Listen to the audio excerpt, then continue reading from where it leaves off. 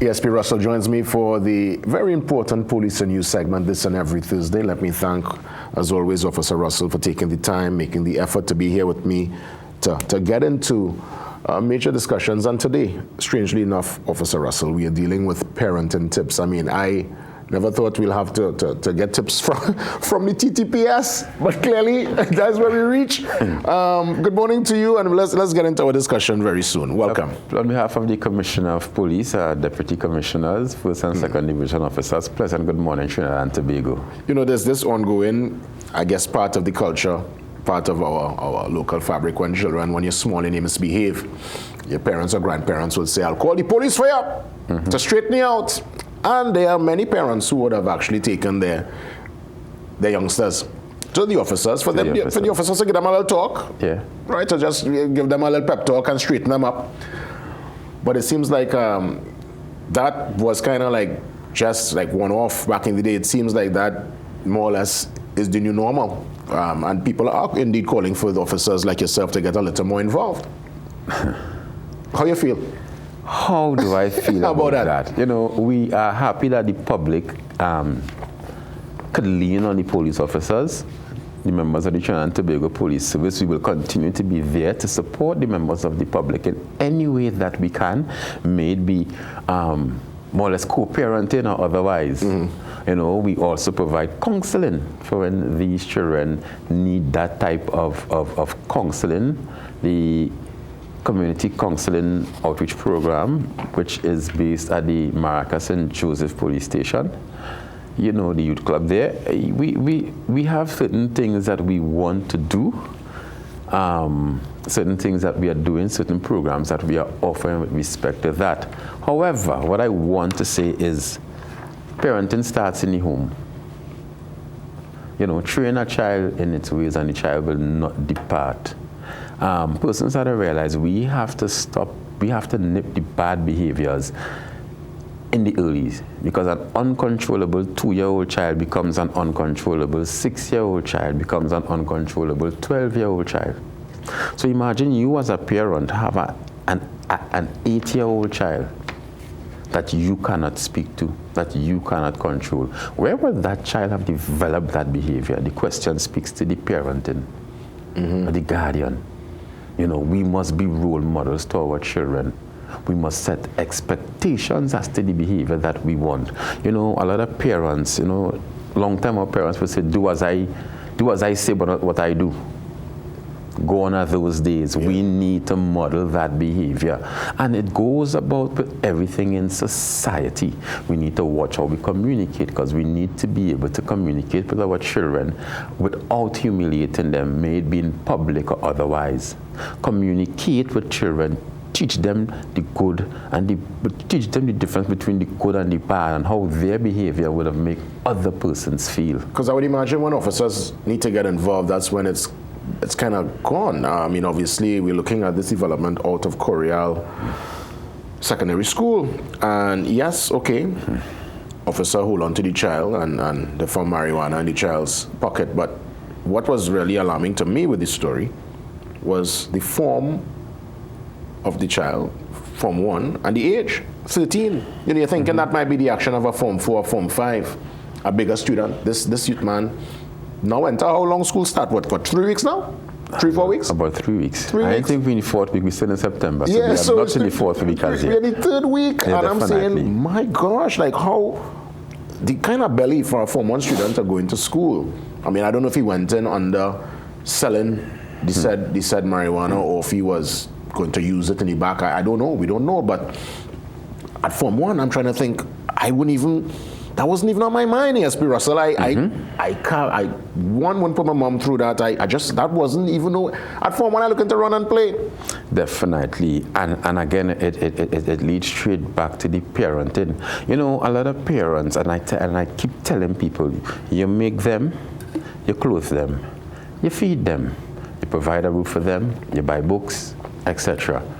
Why are you afraid to have a conversation with your children? Why are you afraid to search your children's room, search your children's backpack, especially seeing the times that we live in? Because any illegal substance, drug, firearm, ammunition, or any illegal item found under your roof could result in everybody in the household being taken down to the station. You know, but what I want to say with respect to that, I hope that, you know, the correct counseling is sought and that the student could be rehabilitated and reintroduced to the system where, you know, he or she can be a contributing citizen to the Trinidad and Tobago. Yeah, I always believe with young people there's a chance to turn it around. You know, you can't give up on the youth. But I want to ask you directly, do you think it's time for us to have that serious conversation about strengthening the already existing legal framework around children? We know there are authorities like, well, the institutions like Children's Authority and others where if a child is in an environment that is not conducive to their development and upbringing, is it time now to hold parents accountable? Because children are also products of the environment.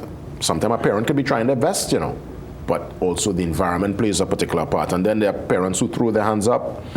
They have the child being raised on a tablet or a TV, and they're not intervening at all, and the child just, anything goes. Is it time to hold some parents accountable for the behavior of the children? Jason, well, I would say without a doubt that should have occurred years ago. That should have occurred years ago. I would tell you something, right? And I would say this to Trinidad and Tobago. Everybody who knows that their children, their relative, their son, their brother, their sister, their niece, their cousin is involved in some sort of illegal activity and they don't bring the information to law enforcement, the Trinidad and Tobago Police Service, then you are complicit as well. You are an encourager, an enabler. You are aiding and abetting in their bad behavior as well.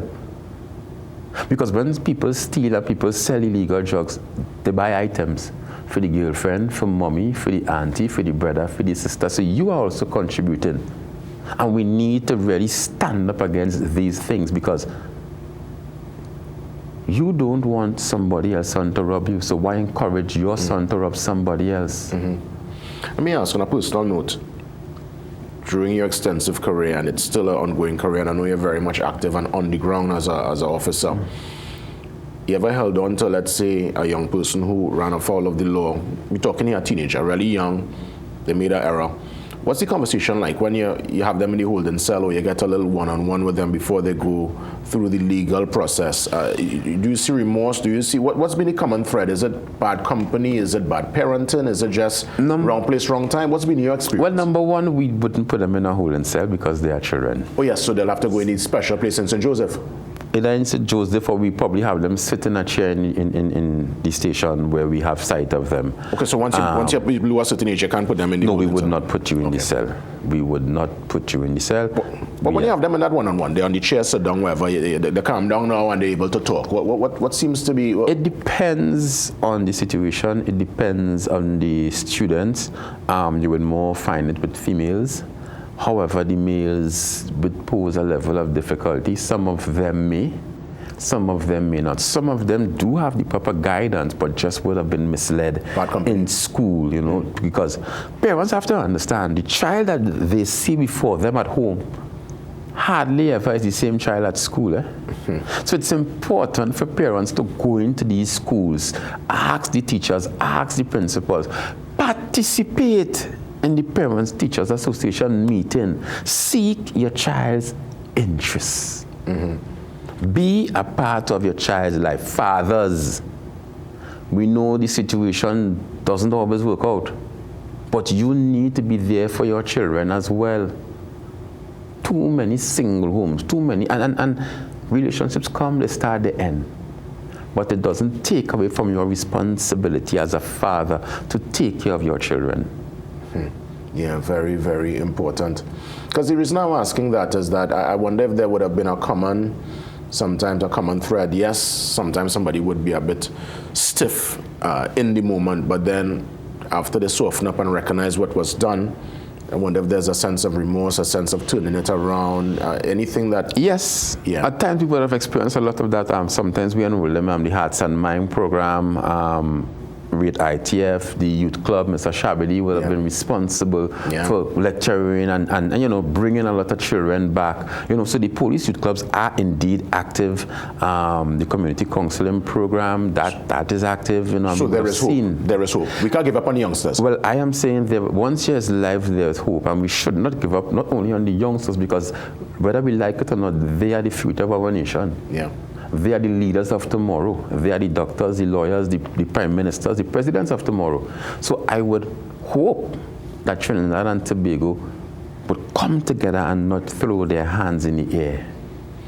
Before we wrap things up, I saw your counterparts. I keep on top of all the regional news. I saw officers in Jamaica, on the north coast, in Montego Bay, on the taxi stands, sending children packing to school, no loitering. It's a zero tolerance on loitering. Anybody outside after 8, they're not having it. I know we have a couple seconds. Is that also going to be a similar approach here?